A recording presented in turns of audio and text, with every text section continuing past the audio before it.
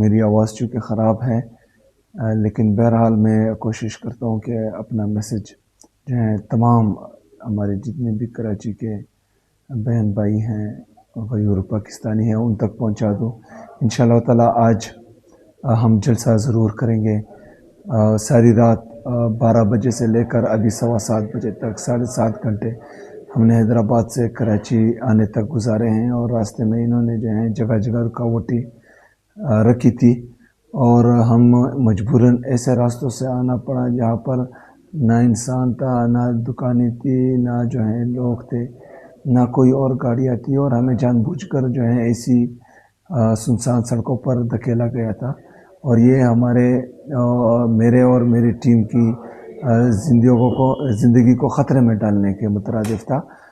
کیونکہ وہاں پر کچھ بھی ہو سکتا تھا۔ لیکن بہرحال یہ لوگ اقتدار کے بھوکے ہیں اور اقتدار کے نشے میں اتنے پاگل ہو چکے ہیں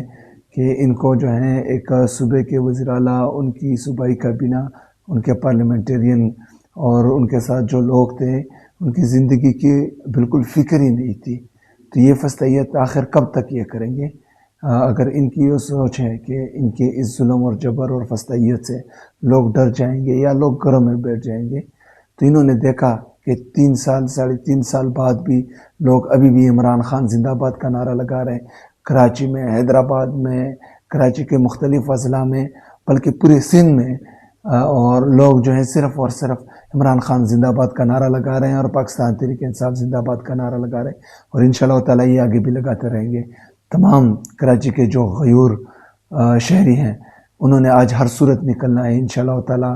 ہم نے 3 بجے یہاں سے نکلنا ہے اور جلسہ ہر صورت میں کرنا ہے۔ ان کو جلسے کا خوف ہے، جلسہ تو ہوگا انشاءاللہ۔